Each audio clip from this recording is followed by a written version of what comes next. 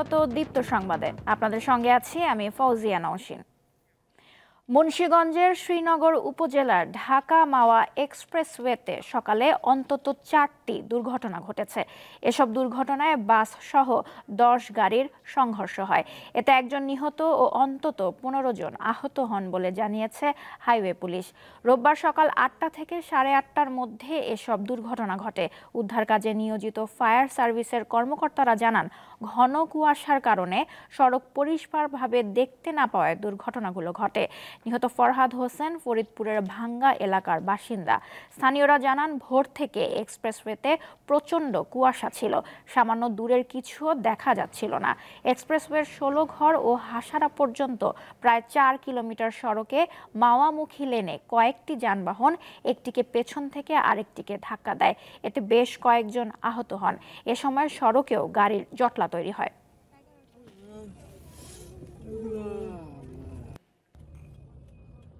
পরিবহন এবং golden line এরা পরিবহনের ড্রাইভার এবং হেল্পাররা সামান্য আহত হয়। আমরা তাদেরকে এখান থেকে তারা হসপিটালে পাঠাই। আমরা 4-5 জনের মতন আহত আছে।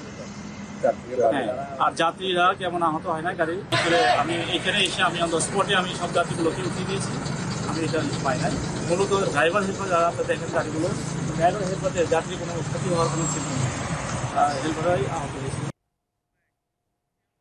রাজধানীর পূর্বাচলে গাড়ির ধাক্কায় বুয়েট শিক্ষার্থী মোহতাসিম মাসুদ নিহতের ঘটনায় আটক 3 জনের 2 দিনের রিমান্ড মঞ্জুর করেছে আদালত। সকালে নারায়ণগঞ্জ আদালতে তাদের হাজির করে 5 দিনের রিমান্ডের আবেদন জানায় পুলিশ।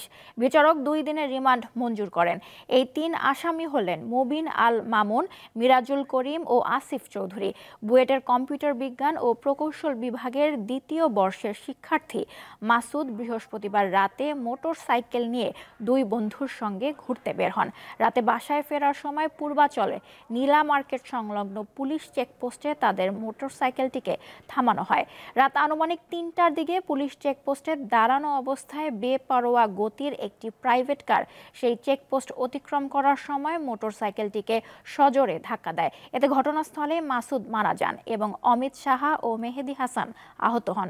আহত 2 জনও বুয়েটের শিক্ষার্থী। এ বিষয়ে জানাতে নারায়ণগঞ্জ থেকে আদালত প্রাঙ্গণ থেকে সরাসরি যুক্ত আছেন সহকর্মী গৌতম সাহা। গৌতম, আসামিদের বিষয়ে আদালতে কি বলা হয়েছে এবং মামলার তদন্তে কোন কোন বিষয়গুলো উঠে এসেছে?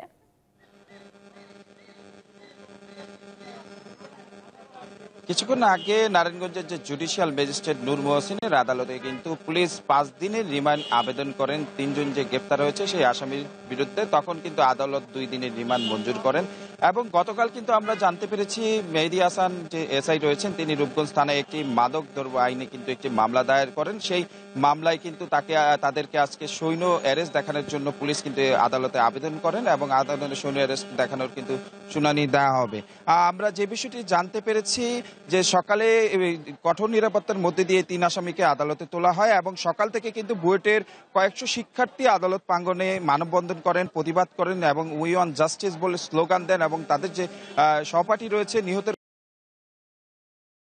তারা আদালত প্রাঙ্গণে বিমুখ না হয় সেই বিষয়ে কিন্তু তারা আদালত প্রাঙ্গণে অবস্থান করেন এবং এখন পর্যন্ত বুয়েটের একাধিক শিক্ষার্থী এখানে কিন্তু দেখা যাচ্ছে। এবং যে বিষয়টি জানতে পেরেছি গত বৃহস্পতিবার রাত 3টার দিকে পূর্বাচল উপশহরে বুয়েটের যে শিক্ষার্থী রয়েছেন মাসুদ তিনি মোটরসাইকেল যোগে কিন্তু সেখান থেকে আসার সময় চেকপোস্টে তাকে পুলিশ থামায়। সে তখন কিন্তু বেপরোয়া গাড়িতে যে প্রাইভেট কারটি রয়েছিলেন সেই গাড়ি কিন্তু ধাক্কায় তিনি নিহত হন।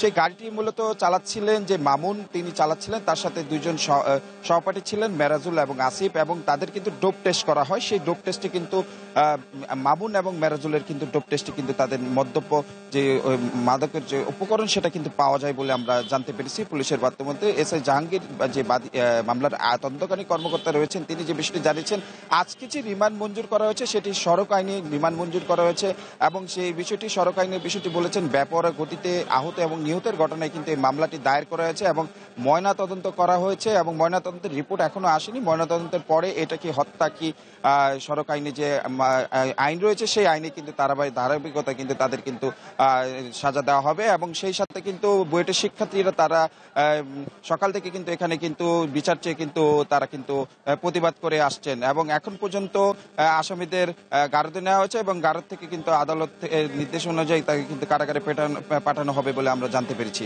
এই ছিল আসলে বুয়েটের শিক্ষার্থী নিহতের সর্বশেষ। নারায়ণগঞ্জ থেকে জানাচ্ছিলেন সহকর্মী গৌতম সাহা। গত কয়েকদিনের মতো দেশের উত্তরাঞ্চলের উপর দিয়ে বইছে মৃদু শৈত্যপ্রবাহ। নিম্নচাপের প্রভাব কেটে গেলেও দক্ষিণাঞ্চলের কয়েক স্থানে রাত থেকে সকাল পর্যন্ত ঘন কুয়াশায় আচ্ছন্ন থাকছে। পটুয়াখালীতে সকাল 9টায় সর্বনিম্ন তাপমাত্রা রেকর্ড করা হয় 17 ডিগ্রি সেলসিয়াস। তবে সবচেয়ে দুর্ভোগে রয়েছেন উত্তরের লোকজন। হিমালয় কন্যা হিসেবে পরিচিত পঞ্চগড়ে সকাল 9টায় সর্বনিম্ন তাপমাত্রা রেকর্ড করা হয় 9.4 ডিগ্রি সেলসিয়াস। তীব্র শীতে বেশি ভোগান্তিতে রয়েছেন সাধারণ শ্রমজীবীরা। অনেকেই খড়কুটো জ্বালিয়ে শীত নিবারণের চেষ্টা চালাচ্ছেন। এছাড়াও নওগাঁয় সর্বনিম্ন তাপমাত্রা 12.6 ডিগ্রি এবং কুড়িগ্রামে 12.7 ডিগ্রি তাপমাত্রা রেকর্ড করে স্থানীয় আবহাওয়া অফিস।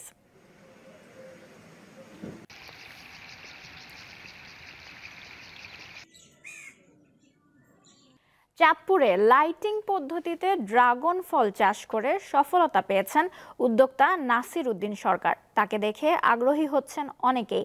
আগ্রহীদের সহযোগিতা করছে কৃষি বিভাগ। চাঁদপুরের মতলবে প্রায় 12 একর জমিতে রাতে এমন আলো জ্বলতে দেখা যায়। এখানে রয়েছে প্রতিটি 15 ওয়াটের 2000 বৈদ্যুতিক বাতি। এমন মনোরম দৃশ্য দেখতে প্রতিদিন অনেকেই ভিড় করেন। তবে এ বাতি শখের বশে নয়, জ্বালানো হয় ড্রাগন ফলের চাষের জন্য। উদ্যোক্তা নাসির উদ্দিন সরকার জানান, দিনের দৈর্ঘ্য কমে গেলে শীতকালে ড্রাগনের ফুল ধরে না। মার্চ মাসের শেষে ফুল ধরে। তাপমাত্রা বাড়লে ফল বড় হয়। জুন মাস থেকে বাজারে ড্রাগন ফল উঠতে শুরু করে। পাওয়া যায় নভেম্বর মাসের শেষ পর্যন্ত। সূর্যের আলোর ঘাটতি মেটাতে বৈদ্যুতিক আলোর ব্যবহার করছেন তিনি। এই লাইটটা যে বছর লাগাইছি সেই বছরই সেই 6 মাসে এই লাইটের টাকা আমার রিকভারি হয়ে যেতেছে। গুড। এই লাইটটা আমি আরো 10 বছর এভাবেই চালাতে পারবো।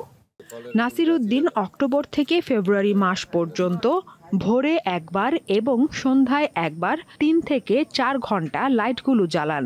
লাইটিং পদ্ধতিতে স্বাভাবিক সময়ের থেকে ডবল উৎপাদন হয়। লাইট পদ্ধতি ব্যবহার করে ড্রাগন চাষ এলাকায় বেশ সাড়া ফেলেছে।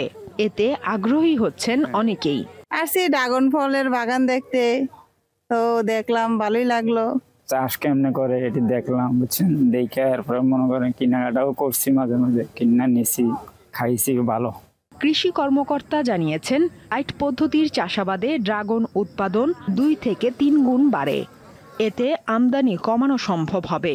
এখানে নতুন নতুন উদ্যোক্তারা এখানে আকৃষ্ট হচ্ছেন এবং আমরাও মোটিভেশন ট্যুরগুলো সেখানে করতেছি, কৃষকদেরকে নিয়ে যাচ্ছে, উদ্যোক্তাদের নিয়ে যাচ্ছে, যাতে তারা এই পদ্ধতিটা দেখে আরো বেশি আকৃষ্ট হতে পারে। তিনি জানান, ড্রাগন একসময় সুপার শপের ফল ছিল, যা এখন খুবই সহজলভ্য।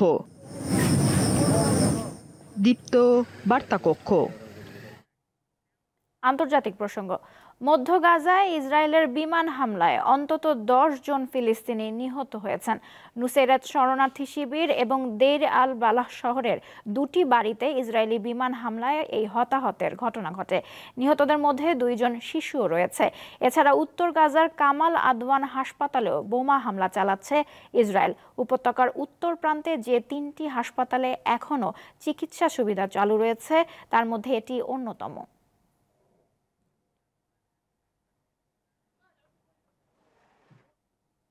এদিকে ইসরায়েল ও হামাসের মধ্যে গাজা যুদ্ধবিরতি এবং জিম্মি মুক্তির চুক্তিতে পৌঁছানোর আলোচনা 90% সম্পূর্ণ হয়েছে বলে জানিয়েছেন একজন জ্যেষ্ঠ ফিলিস্তিনি কর্মকর্তা।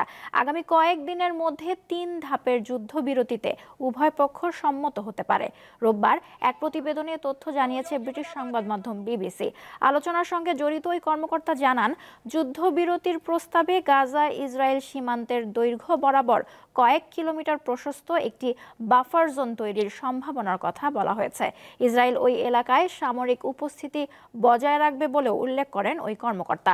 চুক্তির প্রস্তাবনায় ইসরায়েলি জিম্মিদের পর্যায়ক্রমে মুক্তি দেওয়ার কথাও বলা হয়েছে।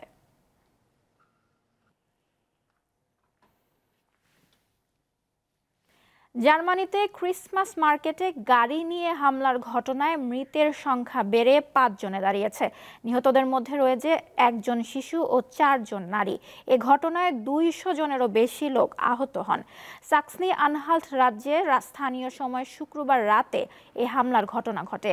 এর পরপরই সন্দেহভাজন হিসেবে একজন তালব নামে সৌদি নাগরিককে আটক করা হয়। জিজ্ঞাসাবাদের জন্য তাকে পুলিশ হেফাজতে নেওয়া হয়েছে।